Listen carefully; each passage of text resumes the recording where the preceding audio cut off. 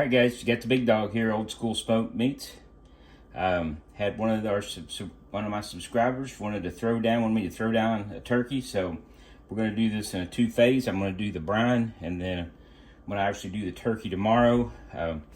Basically, real simple brine: 2 gallons of water, a cup of light brown sugar, 2 cups of coarse salt, 4 bay leaves, and a 1/4 cup of black peppercorns. And then if you're wondering why I have the Irish butter out, put that out of the refrigerator so it can sit out overnight and soften up, because we're going to use that on the skin of the turkey to make it delicious and make it brown up really nice. So without further ado, we're going to knock it out. So first off, we'll go up to medium heat on the burner. I'm using my Lodge. I'm going to put the first gallon in. Probably should have already done that before we started, but you'll get the drift. Nice thing is I don't really have a pan big enough to carry 2 gallons of water, as you can see. So what I'll do is put at the end, after we get everything dissolved, I'll put it in the refrigerator, let it cool down, because you got to get it more closer to room temperature when you want to put it in, put the turkey in it, and we'll do that. This is really just to dissolve it, and I'll stir it up real good.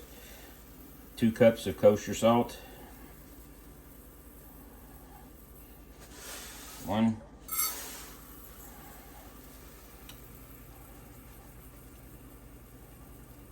And that way, if you do it this way, you don't have to go buy a bigger pan just for once a year when you're doing turkeys.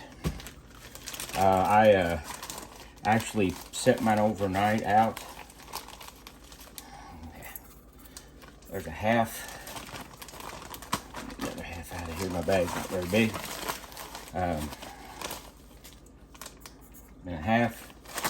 I set my turkey. I use a 5-gallon bucket. I clean up real good for this, and that's what I stored in overnight in the refrigerator, my turkey, to let it dissolve in. And I'll put a piece of aluminum foil over the top of it.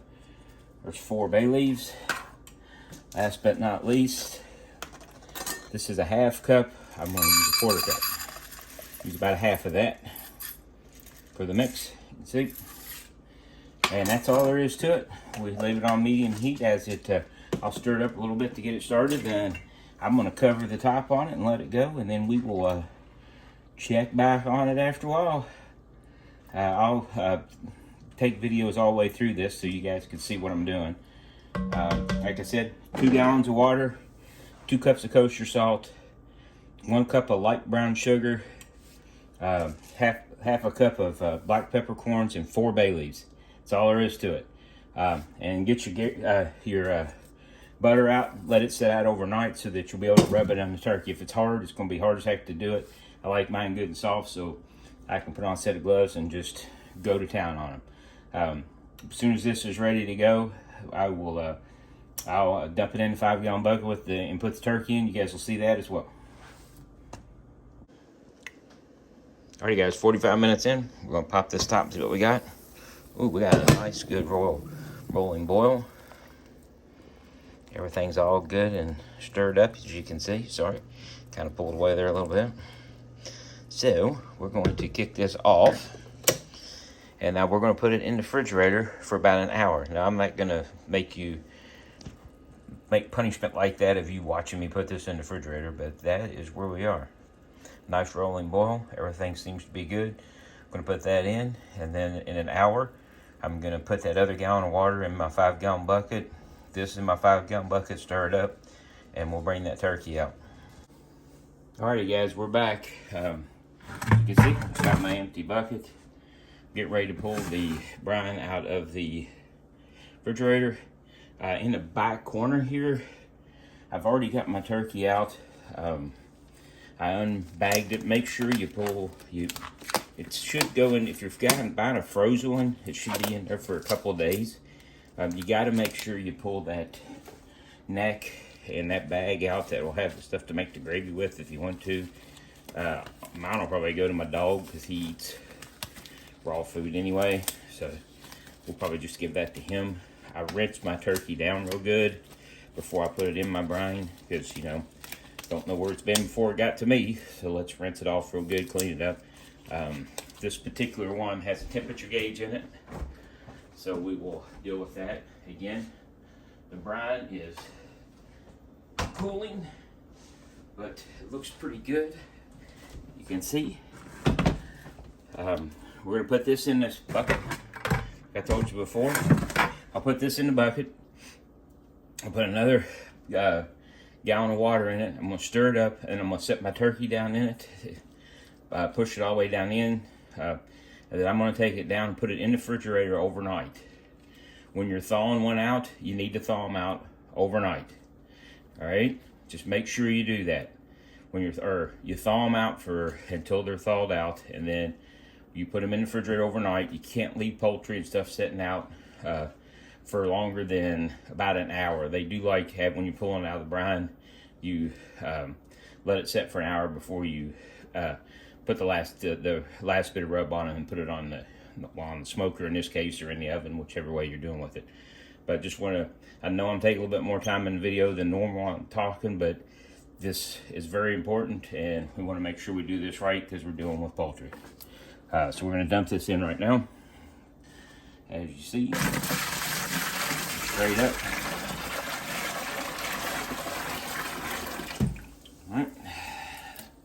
A large pan, a whole lot of chili's been cooked in that over the years. Again, got the extras out there. That's for making gravy. If you do that, some people do, some people don't. I guess you can cook it or whatever you want to do with it. It's all up to you. One thing this turkey has that most of them lately I've been buying don't have, it does have a pop-up thermometer in it. I will, if it pops out, I'll obviously use it a little bit, but I'll stick my own temperature gauge in it. But, you know, that's all going to be on tomorrow's videos. So, but last but not least, I've already unbagged tucked the netting and that and stuff off. This will be tucked between the legs, right up in the cavity. So you'll have to reach up in there and pull it out.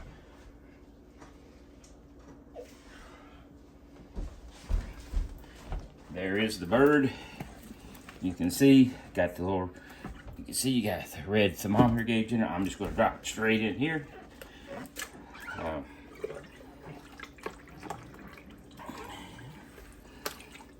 Stir it up a little bit more in here. But you look at, basically it's pretty well submerged in there. I go breast side down with the legs up. Again, try to do this. Hope you guys can see it. Hold on. I know it's a little rough, but that's what we got. It's that simple. I'm gonna take this to the refrigerator downstairs. I actually have a refrigerator downstairs where I can keep stuff like this. Take it downstairs, put aluminum foil over the top of it, take it downstairs, put it in the refrigerator overnight, get the smoker up and going. While I'm getting that smoker up and going, getting it to the 250, it takes about a half an hour per pound to cook. So you're talking, this is about a 15 pounder, so 7.5, somewhere between 7 and 8 hours, this bad boy should be done tomorrow. Goal is to have a nice golden brown crust, but a very nice depth of smoke flavor. So that's it for brining your turkey. Until tomorrow morning, we'll just pull it out, we'll pat it dry, and then we'll start doing the putting the butter on it, and then some salt, pepper, and smoked paprika. You know what we use here. Obviously, we always use butter, so we'll do that in the morning.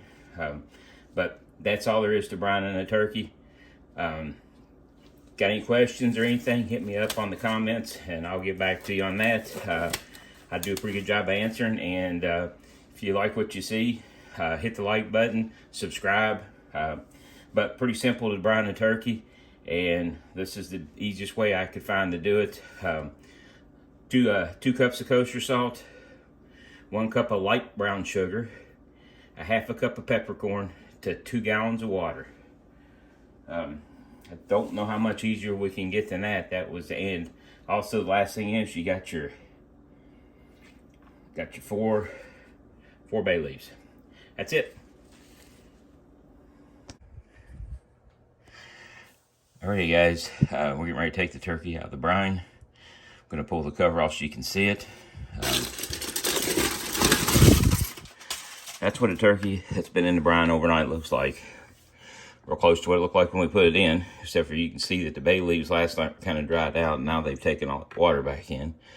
Kind of like the salt and everything's gone into the turkey. So what I'm going to be doing, it's hard to do this any other way without making a mess, is I'm going to take the turkey, pick it up. I've got a big pan, which you'll see in a minute, to set it on, and then I'm going to towel it off, and then we'll start the prep work.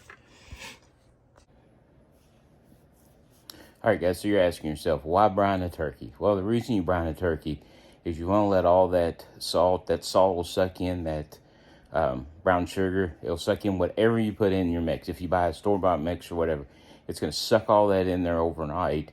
It'll keep your bird moisture. It'll keep your breast from drying out. That's why you want to brine a turkey. Doesn't matter what you put in it. I gave you a real simple brine with what we looked at today. Like I said, we'll finish it off tomorrow with some butter and things like that on the outside, some salt, some pepper, smoked paprika. But the reality situation is, you guys know how I do it. I like the meat to stand up on its own. I don't use a whole lot of extra stuff. I don't inject it. I don't do all this crazy stuff. I put it on there, and then the number one thing, like always, I cook it low and slow, 250, and I'm going to cook it for the whole time until it's ready to go. If you try to hurry it up, you're going to dry it out, guaranteed. The whole question about spatchcocking or not spatchcocking, to be honest with you, I have never spatchcocked anything, because I did something that's newer and people do a lot of it. I just never have done it.